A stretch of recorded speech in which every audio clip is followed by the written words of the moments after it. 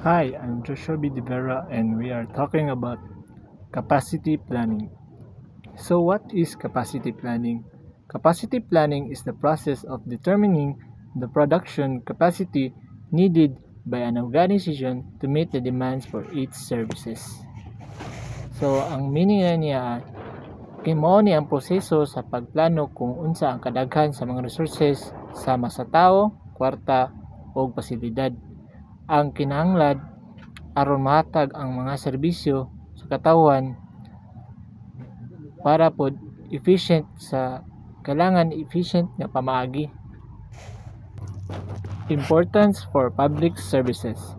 Ensures resources are used efficiently. Napasabot nga ang tanang gamit o pondo gamiton sa husto ug walay usik. Help meet the needs of citizens.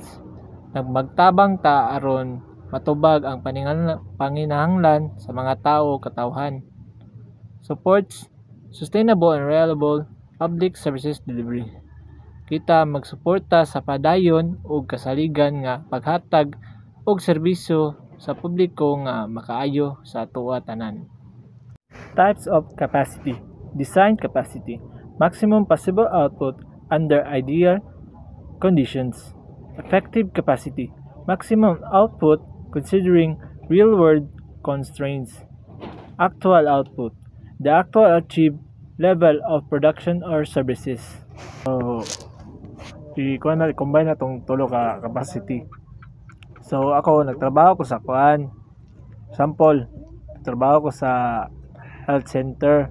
O, ang trabaho na ko is mas check up everyday sa mga patients. So, namita na itong design capacity. The design capacity is the health center can serve 100 patients a day if everything is perfect. Dayon, effective capacity, but in real life, we can only serve about 80 patients a day. So, bali kulangan siya 20 because doctors takes break, some machines are slowed down, or all staff are present. Dili tanan ang staff naa or nagtrabaho. And the actual output is that yesterday we only served 70 patients because some staff were absent and there was a power interruption. So bali nag-burn out or naay something a problem sa imis na 100 ka patient unta ang kada adlaw ma-serve, ma-check up, naabot na lang siya 70. Capacity planning strategies. Leading strategies.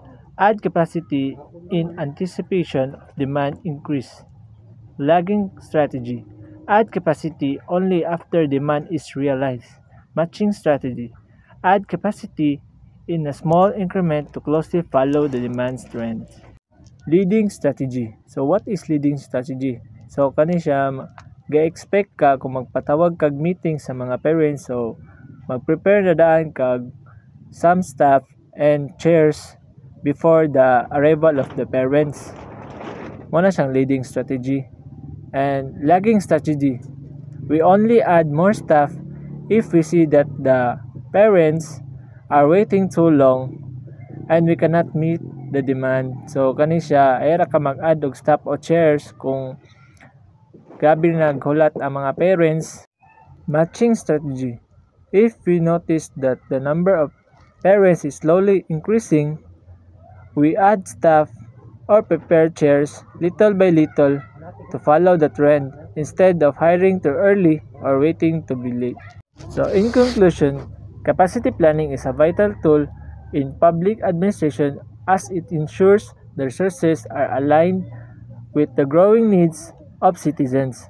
By understanding the principle of design capacity, effective capacity, and actual output, public institutions can deliver services more efficiently and sustainably. Moreover, applying strategies such as leading, lagging, and matching enables administrators to balance demand with available resources while minimizing waste.